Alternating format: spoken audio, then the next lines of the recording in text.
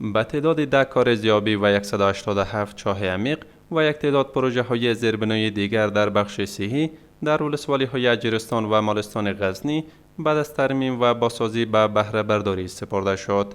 ریاست انکشاف دهات غزنی میگوید این پروژه ها تحت نظارت ادارهشان به همکاری مالی مؤسسه پن تطبیق شده که نزدیک به 15 میلیون افغانی هزینه برداشته است. ټول پروژې دلته چې موږ په دواړو ولسوالیو کې کار کړی دي 180 څاګان موږ په دواړو ولسوالیو کې کار کړي چې په هغوی کې بعضې کلوریشن سوي دي او بعضې ترمیم سوي دي او بعضې نوي له سره رغول سوي دي.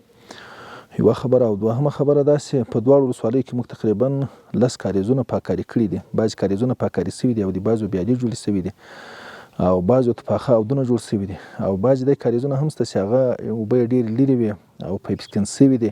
باشندگان ولسوالی های اجرستان و مالستان میگویند که با عملی شدن این پروژه ها برای آنان سهولت های به وجود آمده است. در اینجا وقت آو خوردن هم نداشت، حالی الحمدلله در اوضاع جمع شده، حتی میشه لباس شست، میشه که برادر دم در بالش استفاده خوردن کرد.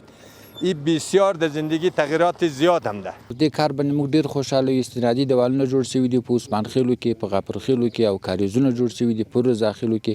البته د اجرستان په سطح باندې ډیر کار شوی دی دلته. اجرستان و مالستان از جمله ولسوالی های دوردست غزنی می باشد.